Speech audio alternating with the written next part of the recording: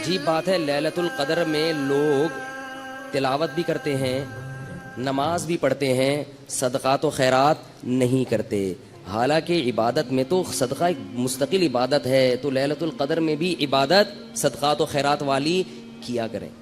اگر اس وقت رات کو آپ کو کوئی فقیر یا مستحق نہیں مل رہا تو کچھ پیسے نکال کے اپنے پرس میں اس نیت سے الگ کر دیں، اللہ میری طرف سے یہ میں نے نکال دی۔ اب مستحق تلاش کرنے میں 1 مہینہ لگ جائے، 1 سال لگ جائے، وہ ٹینشن کی بات نہیں ہے۔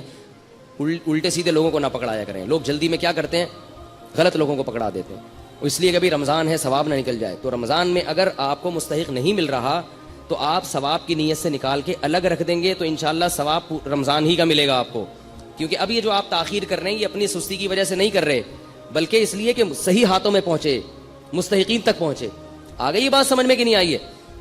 تو یہ والا صدقہ، اور دیکھو نبی جو سخاوت کے دریا ہوتے تھے، تو آپ صلی اللہ علیہ وسلم کے پاس تو مال تھا ہی نہیں، پتہ یہ چلا کہ سخاوت کا دریا بننے کے لیے مالدار ہونا ضروری، بولو نا، نہیں۔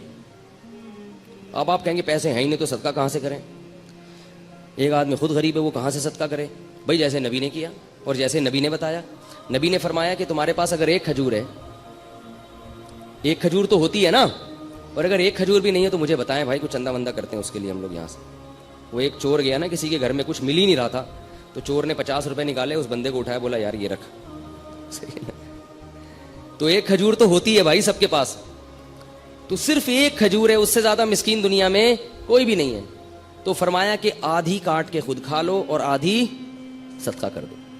فاتقوا النار ولو بشق تمرہ، اور قربان جاؤں محمد صلی اللہ علیہ وسلم کی تعلیمات پہ، فرمایا یہ بھی نہیں ہے، اگر کھجور بھی نہیں ہے، فاقے ہو رہے ہیں، تو پھر کیا ہے؟ صدقے کا مقصد دوسرے کی حاجت پوری کرنا، اس کو خوش کرنا نا، تو فرمایا ان تلقى اخاك بوجه طلیق، مسکرا کے بات کر لو لوگوں سے، ایسی بات کر لو جس سے لوگ خوش ہو جائیں۔ لوگ مجھے کہتے ہیں نا اب جمعے کے بیان میں ہنساتے بہت ہیں، اس لیے ہنساتا ہوں کہ لوگ گھر میں رو رہے ہیں، گھر میں رو رہے ہیں، بیویوں سے لڑائیاں، ابا سے نہیں بن رہی، چاچے سے نہیں بن رہی، وہ وراثت کھا گیا، وہ یہ کر دیا، اس نے یہ دھمکی دے دی، باہر نکلے گا وہ موبائل چھین کے کوئی۔ ابھی جمعے میں آتے ہوئے کتنے لوگوں کے موبائل غائب ہو جاتے ہیں، روتا روتا مسجد میں آتا ہے، امام صاحب بھی اگر رولائیں گے تو کہاں جائے گی عوام بھائی؟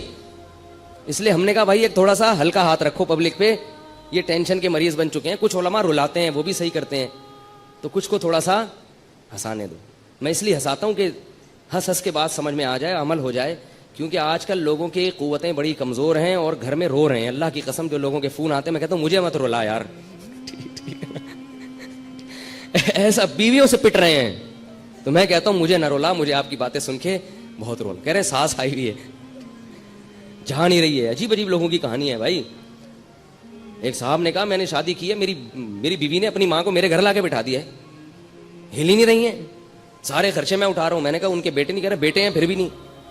تو عجیب عجیب لوگوں کی کہانی ہے، اللہ تعالیٰ معاف فرمائے۔ اللہ سے شکر ادا کرنا چاہیے کہ اللہ تو نے ہمیں بھی اچھی سانسیں ملی ہیں الحمدللہ، اتنی ایسی نہیں ہے بھائی، اللہ کا شکر ہے یار، ہمیں تو محبت ہونے لگتی ہے اپنے سسرال والوں سے۔